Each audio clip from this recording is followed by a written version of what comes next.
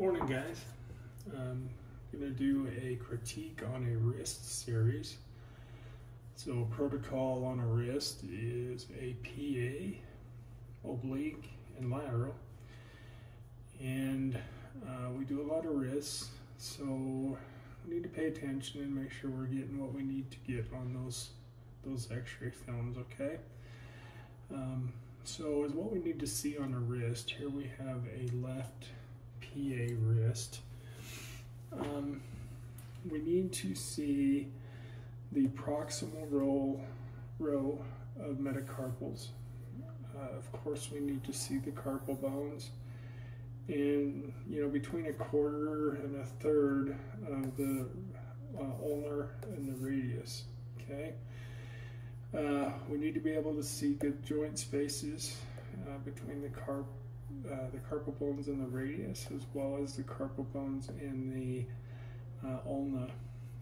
On the PA, we also need to see an open space right here between the ulna and the radius. So this is a really good PA wrist. We also need to see joint spaces between the metacarpals and the carpal bones. Okay. We don't necessarily need to see the distal joints of the metacarpals. I mean, we could have collimated a little bit more here, and that's okay. We could have collimated a little more here, but pretty good job collimating. Here's the lateral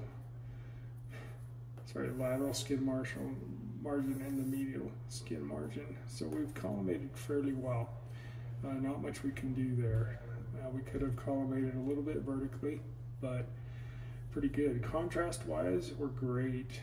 We can see really good bony cortical. We can see bone edges, intermedullary spaces.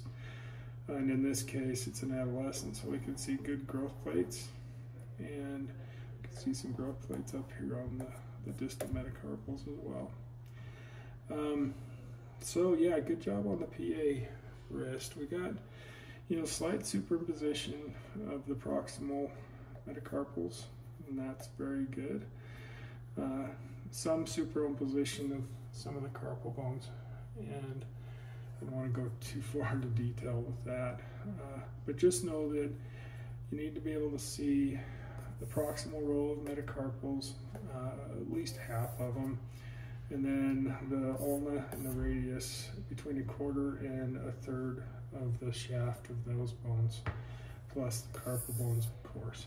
So good job on the PA. There's no rotation. If you have rotation, you're going to have some superimposition right here of the ulna and the radius. You want to make sure that that joint is open. Okay. Good job on that. So let's move over to the oblique here. Okay. The oblique is going to be between 30 and 45 degrees externally. So we're actually going to turn the thumb up like this. Okay. So with the oblique, collimation is the same. We want to try and collimate to the skin margins, and we've done quite well here. Skin margin here, skin margin here. The picture isn't perfectly centered, the image isn't perfectly centered, but that's okay. You fight what battles you can. If that's the only battle you don't fight, you're going to be okay. So, we can see the metacarpal bones right here. A little more superimposed here proximally, a little bit superimposed distally as well. We can see the joint line right here between the radius and the carpal and the ulna and the carpal bones. We do start to see some superimposition of the ulna over the radius right here, and that's what I'm talking about, rotation. On that PA view, you want that to be open.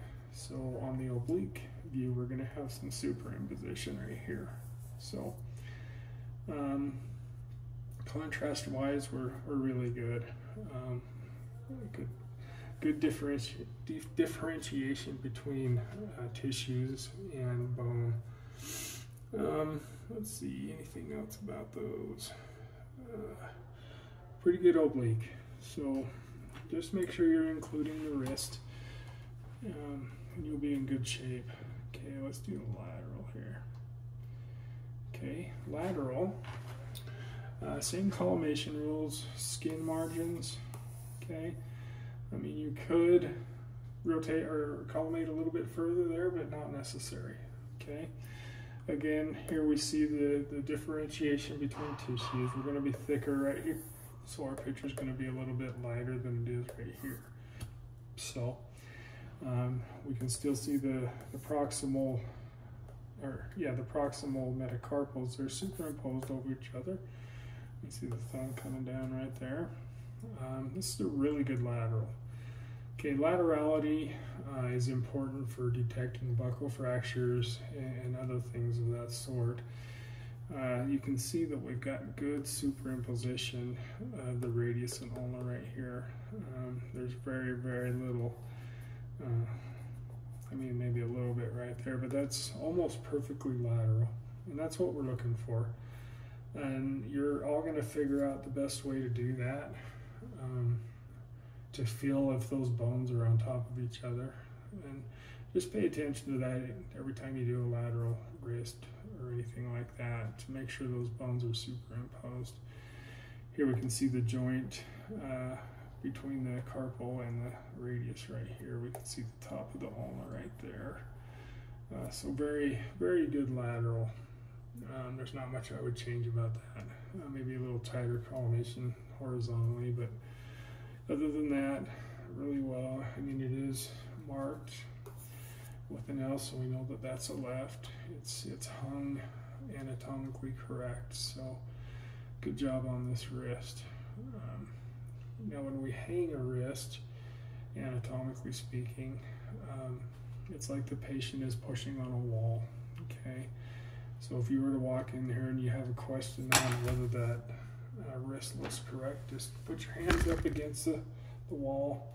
You can see your thumb coming off right here. You can see the thumb coming off right there. So we know that that is a left. So very good job. And we always hang them from the fingers down.